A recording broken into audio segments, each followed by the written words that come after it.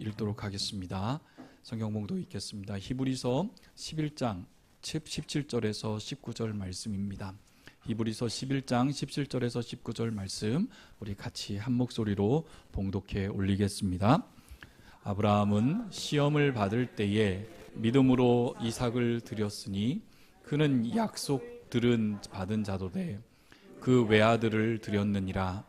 그에게 이미 말씀하시기를 내 자손이라 칭할 자는 이삭으로 말미암아라 하셨느니라. 그가 하나님의 능히 이삭을 죽은 자 가운데서 다시 살리실 줄로 생각한지라. 비유컨대 그를 죽은 자 가운데서 도로 받은 것이니라. 아멘. 아멘. 메아리 치는 질문, 응답되는 어린 양이라고 하는 제목으로 오늘 말씀을 전하도록 하겠습니다. 사랑하는 한마음교회 성도 여러분, 오늘 우리는 다시 말씀의 자리로 와 믿음의 조상 아브라함을 만나러 가고자 합니다. 하지만 오늘 우리가 만날 아브라함은 우리가 주일학교 때 배웠던 그 완벽한 영웅, 즉 믿음의 조상 이야기가 아닙니다. 우리는 너무 오랫동안 우리는 아브라함에 대해서 믿음의 박물관에 전시된 마치 믿음의 조상으로서 마치 전시된 청동 석상처럼 우리의 영웅으로, 믿음의 영웅으로 바라봤습니다.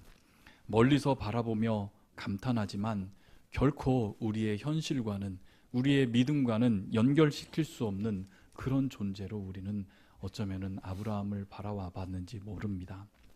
그런데 여러분 한번 생각해 봅시다. 명장의 도자기를 만드는 과정을 한번 잘 생각해 봅시다. 진흙은 물레위에 올려서 계속 돌아가며 명장, 즉 도자기의 장인의 손에 눌려지고 펴지고 다시 접히고 또 마음에 안 들면 다시 완전히 때로 뭉쳐서 완전히 망가져서 완전히 뭉개져 버리고 처음부터 다시 시작하는 그 과정들을 한번 상상해 봅시다.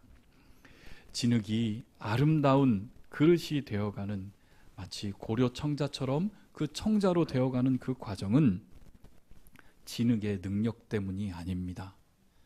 진흙이 정말로 좋은 진흙으로 된, 엄선된 진흙이 있기 때문이 아닙니다.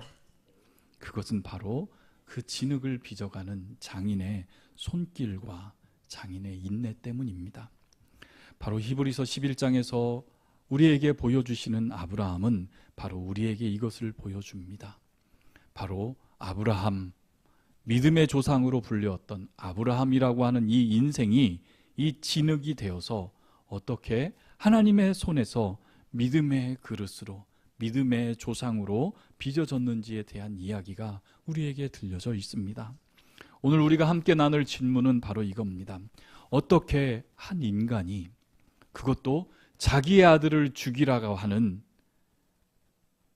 불합리한 명령 아닙니까?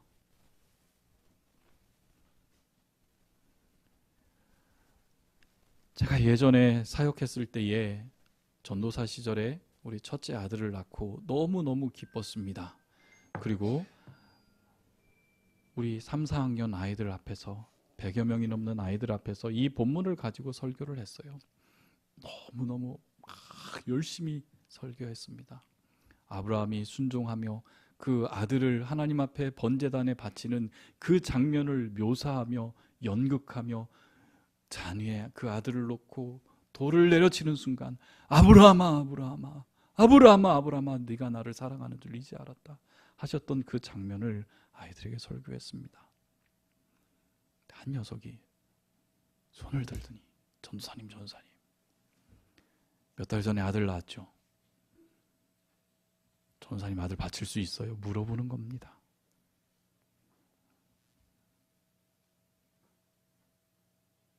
순간 울컥했고 저는 바칠 수 없습니다.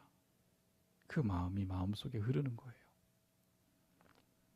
그 질문을 받은 아브라함의 입장에서는 어떤 마음이 들었겠습니까?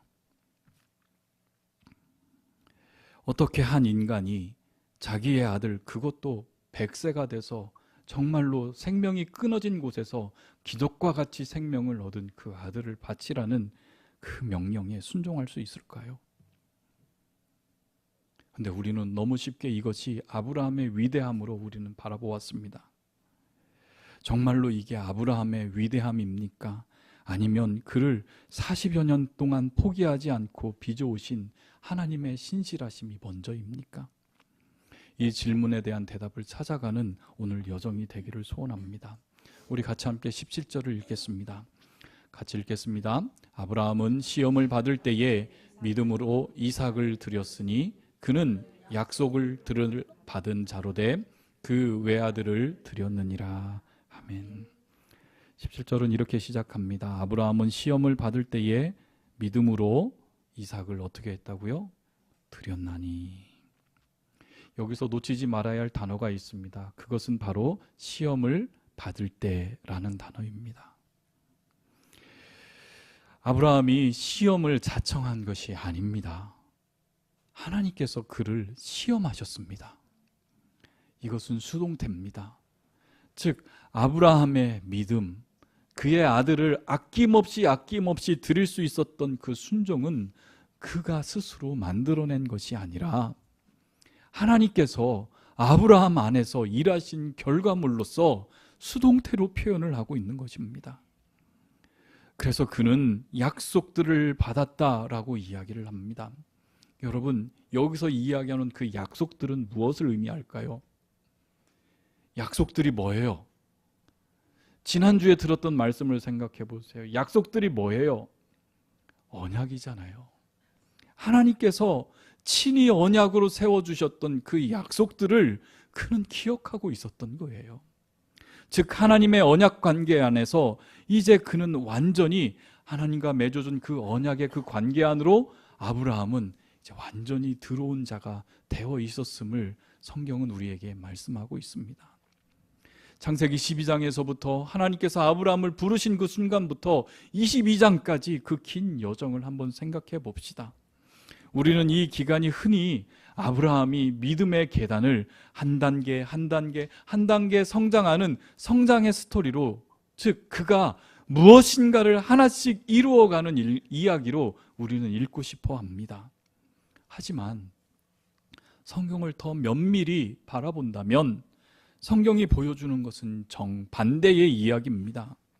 이것은 아브라함이 자기가 의지하였던 그 모든 순간을 하나씩 빼나가시는 하나님의 이야기입니다. 아브라함이 처음 하나님의 부르심을 받을 때에 그는 분명히 믿음으로 고향을 떠났다고 배웠습니다. 그 자체는 맞습니다. 그는 정말로 목숨을 걸고 떠난 것이 맞습니다.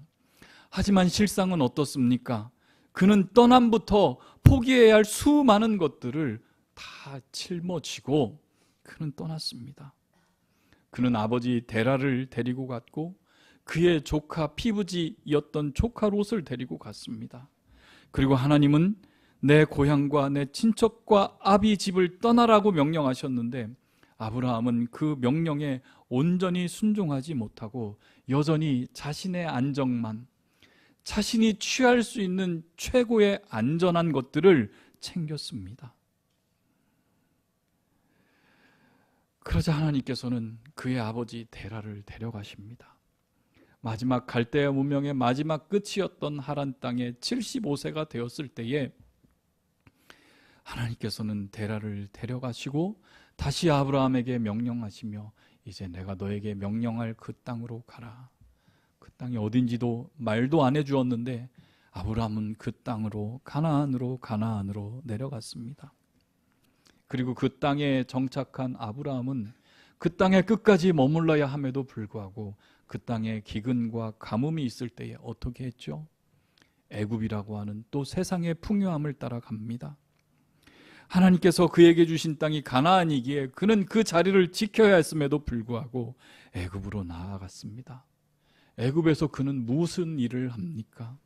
그의 아내를 누이라 속였습니다.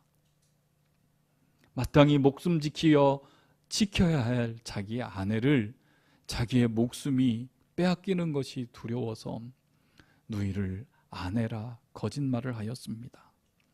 믿음의 조상이 거짓말쟁이였습니다. 하나님을 믿는다 하면서도 정작 위기 앞에서는 자신의 꾀를 더하였고 자신의 꾀를 더 믿는 모습을 보여줍니다. 그리고 후에 똑같이 가나안에 돌아와서도 그랄 땅에서도 다시 한번 실수를 범합니다. 똑같은 실수를 반복합니다. 아브라함은 배우지 못했습니다. 아니, 배울 수 없었습니다. 왜냐하면 인간 본래가 그런 존재이기 때문입니다. 아내를 목숨 걸고 지키지 못할 망정 빼앗기는 것을 선택하고 아내를 팔아먹는 파렴치한 남편이 바로 아브라함의 현실이었습니다. 하갈과 이스마엘의 이야기는 어떻습니까? 하나님께서 그에게 씨를 주겠다고 약속해 주셨지만 그 시간이 오래오래 걸린 인내의 세월이었습니다. 그래서 아브라함과 사라가 더 이상 생명을 낳지 못하는 그 상황이 되었을 때에 어떡합니까? 하나님, 당신의 계획은 너무 더딥니다. 그래서 우리가 할 수 있는 것으로 당신의 뜻을, 당신의 계획을 우리가 도와드리겠습니다 라고 하는 마음으로, 그들의 속마음으로, 아니, 이루어지지 않는 하나님의 약속에 자신이 최선을 다하는 그 당시에 자신이 할 수 있는 최선의 신앙의 모습으로 그들이 이해하는, 그들이 해석한 하나님의 명령으로 최선을 다해 신앙을 지키려고 했던 그 결과가 무엇이었습니까? 그들은 순종한다고 하였지만 말씀을 벗어난 순종이었기에 그 결과가 무엇이었습니까? 바로 가정의 파괴와 관계의 단절이 아브라함 가정에는 일어났고, 그 후에 오늘까지 일어나는 그 중동에 일어나는 분쟁의 씨앗이 지금까지 이어지고 있음을 우리는 알고 있지 않습니까? 하나님은 이 모든 과정에서 아브라함에게 무엇을 하고 계셨습니까? 아브라함이 쌓고 아브라함이 받아왔고 자신의 안정망으로 자신의 뜻으로 지켜왔던 그 모든 것들을 하나씩 하나씩 거세해 나가셨습니다. 하나씩 하나씩 잘려나가게 하셨습니다. 아버지 데라는 죽었고 그의 조카 롯은 자신의 뜻을 따라 가나안에서 가장 좋은 땅인 소돔과 고모라로 그곳을 선택해서 자신의 재산과 자신의 종들과 자신의 가정을 데리고 떠났습니다. 그의 첫 번째 장자였던 이스마엘, 86세에 얻은 아들입니다. 비록 종에게, 하갈에게 얻은 아들이지만 아브라함에게는 어떤 존재입니까? 자신의 마음에는 장자 아니겠습니까? 하나님께서는 그 장자마저도 떠나보내라고 하십니다. 아브라함의 손에서 하나씩 하나씩 빠져나갑니다. 그리고 마침내 오늘 우리 같이 함께 읽어야 될, 공부해야 될 창세기 22장 모리아 산에서 하나님은 아브라함에게 마지막 남은 것을 요구하십니다. 22장 2절 말씀 우리 같이 읽겠습니다. 여호와께서 이르시되 네 아들 네 사랑하는 독자 이삭을 데리고 모리아 땅으로 가서 내가 내게 일러준 한 산 거기서 그를 번제로 드리라. 아멘. 하나님은 모리아 산에서, 그 모리아 산에서 아브라함에게 마지막 남은 그것을 요구하십니다. 이것을 이해하기 위해서는 우리는 신학에서 이야기하는 성도의 성화와 성도의 견인의 교리를 우리는 올바로 이해해야만 합니다. 여러분, 성화가 무엇입니까? 우리 솔직해집시다. 우리의 삶 속에서 우리가 하나님께서 우리에게 주신 우리의 삶 속에서 월요일부터 금요일까지의 삶 속에서 성화의 단계, 우리가 날마다 거룩을 추구하며 하나님의 거룩을 바라보는 그 마음이 우리의 정말로 얼마나 우리 마음속에 있습니까? 거룩에 대해서 여러분 관심은 있습니까?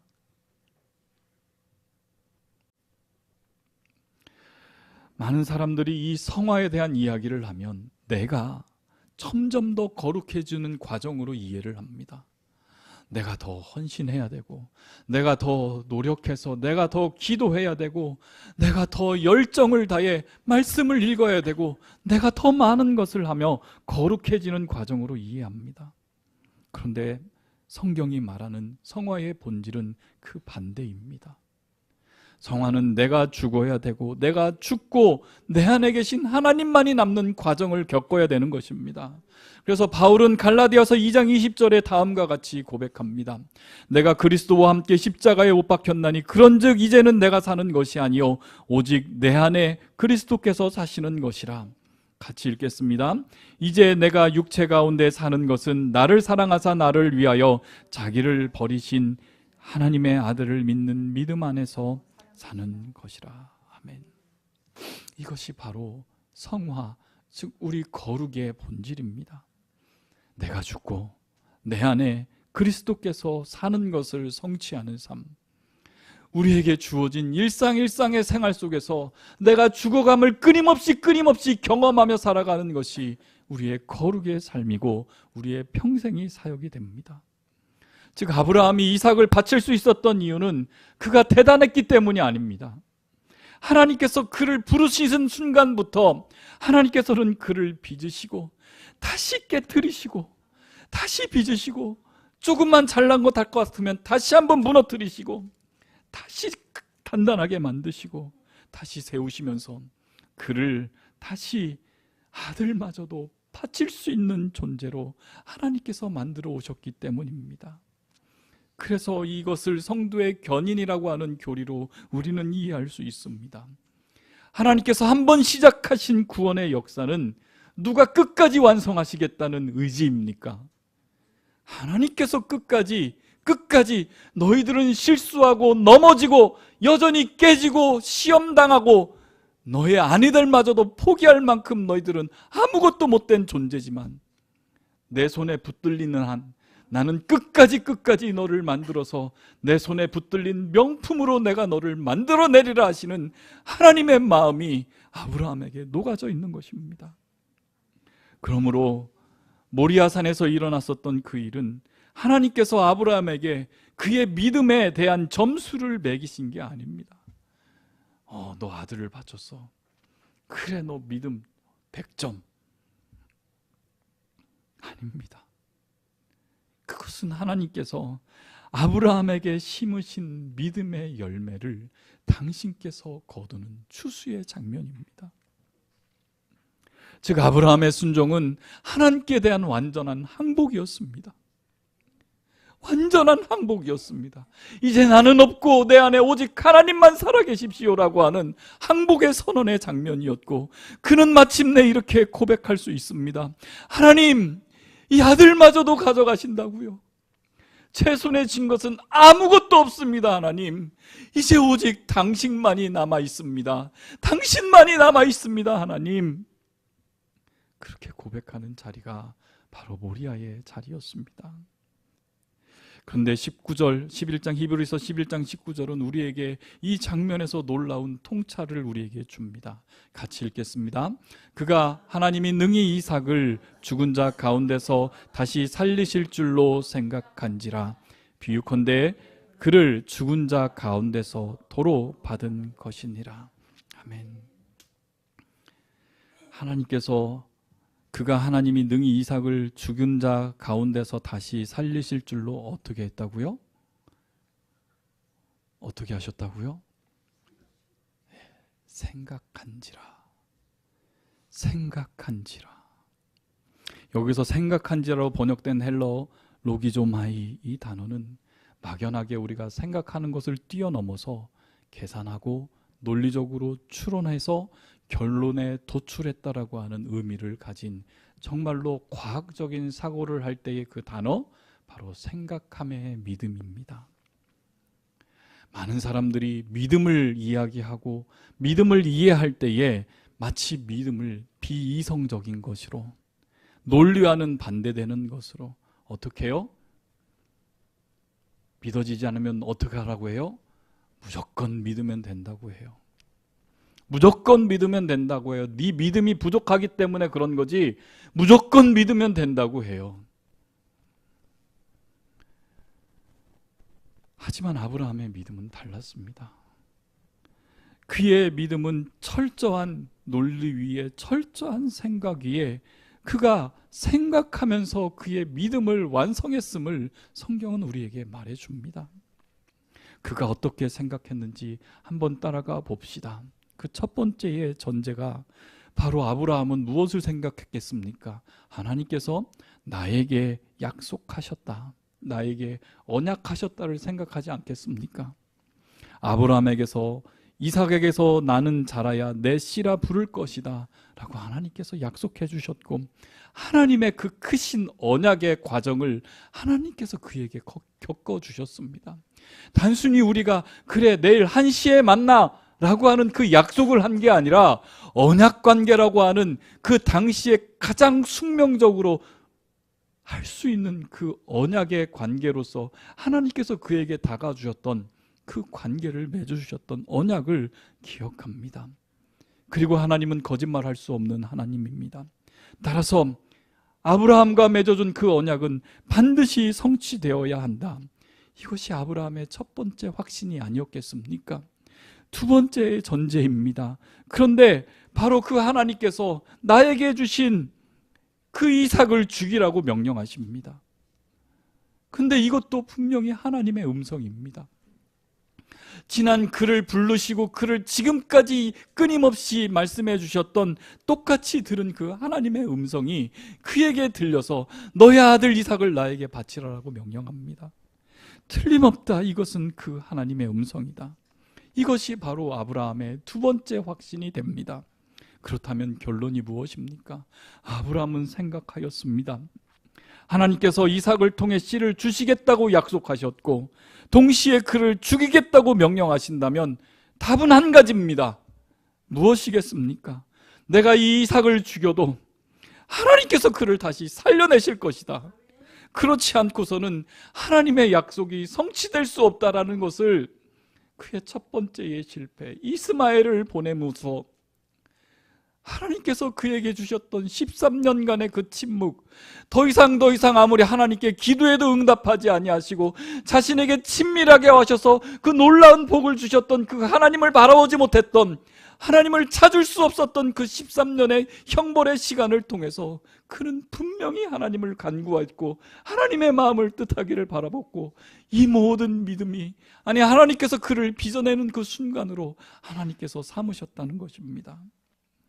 그래서 그는 성경에서도 게시되지 않는 바로 부활 신앙을 그는 깨닫게 되었습니다.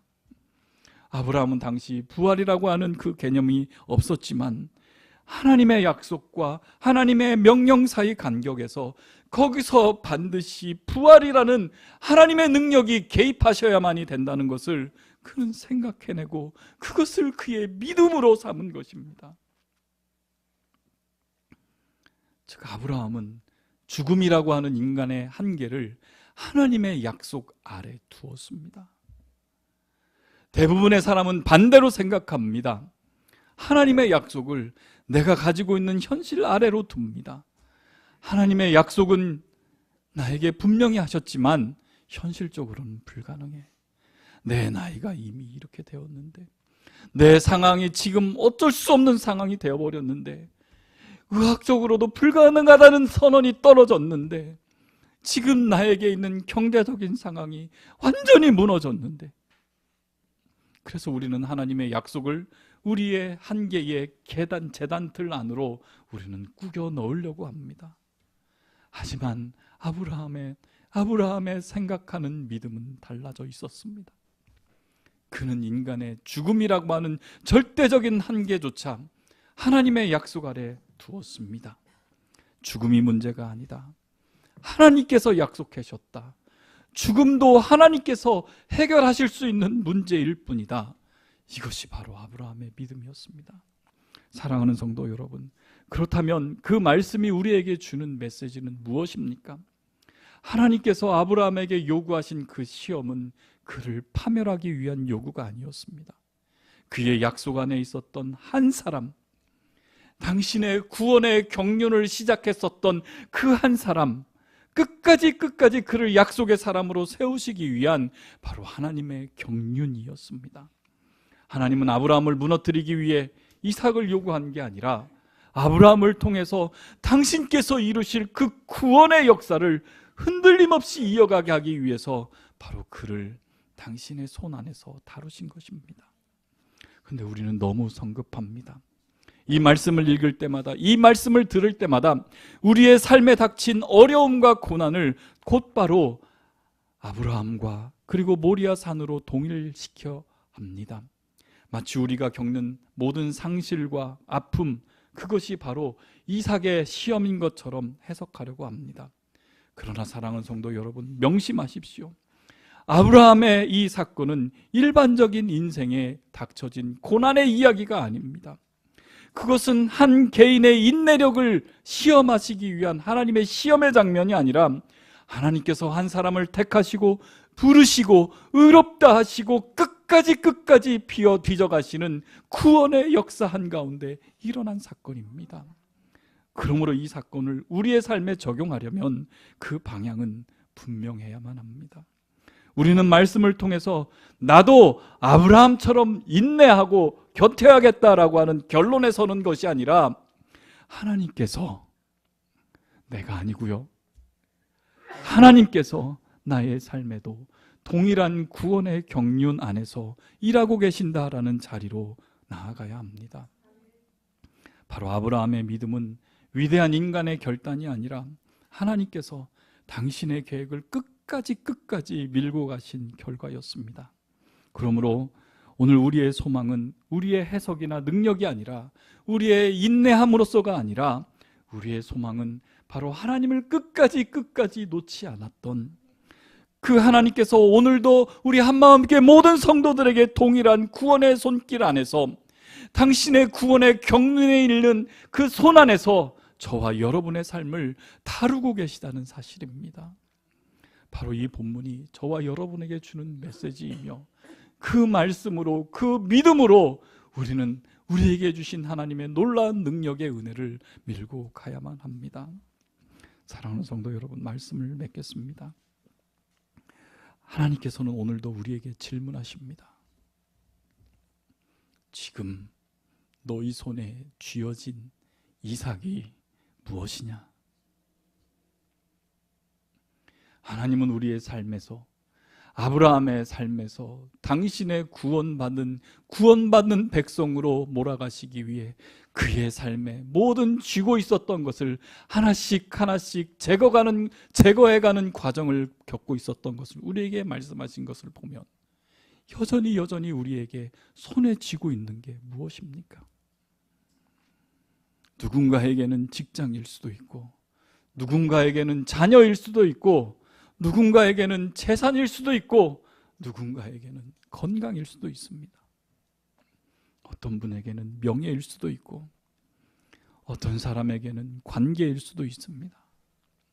우리 각자에게 우리는 누구보다, 아니 하나님보다 더 사랑하는 것들, 하나님보다 내 마음의 중심에 모셔놓고 잠시 하나님을 다음 편에 놓고, 하나님 잠시만 기다려주세요, 이것 제가 해결하고 하나님께 가고 싶습니다 하고는 하나님보다 더 사랑하는, 하나님보다 더 의지하는, 우리가 하나님보다 더 소중하게 생각하는 것들이 여기에는 누군가에는 하나씩 있습니다.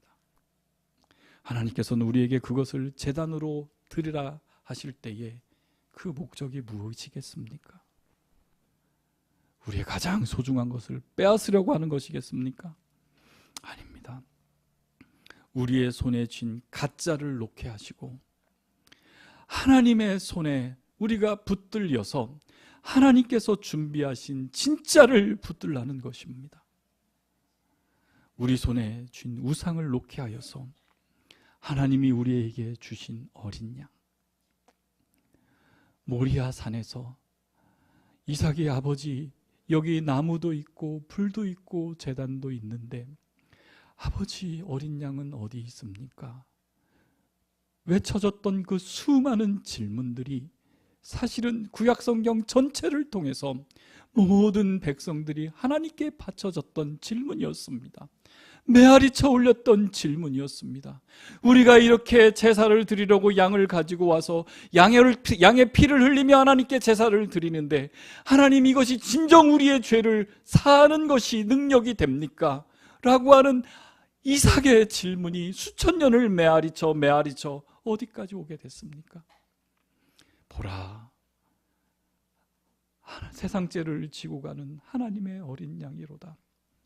주님께서 이 땅에서 처음 사역을 시작하셨던 그 요단강 세례를 받아바른 그 자리에서 그들의 외침이, 수천 년간 들려왔던 그들의 질문이 하나님의 어린 양 예수 그리스도로 성취되었음을 우리에게 말씀하십니다.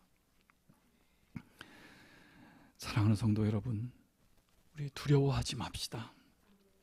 우리 두려워하지 맙시다. 우리 찬양팀 찬양 준비해 주셨으면 좋겠습니다. 우리 두려워하지 맙시다. 하나님께서 그 실수 많고 매번 고통하며 자기 마음대로, 자기 뜻대로, 자기 생각대로 신앙을, 하나님을 재단하였던 그 아브라함조차도 하나님은 끝까지 추적하시고 따라가 주셔서 당신의 명품을 하나님께서 만드셨습니다.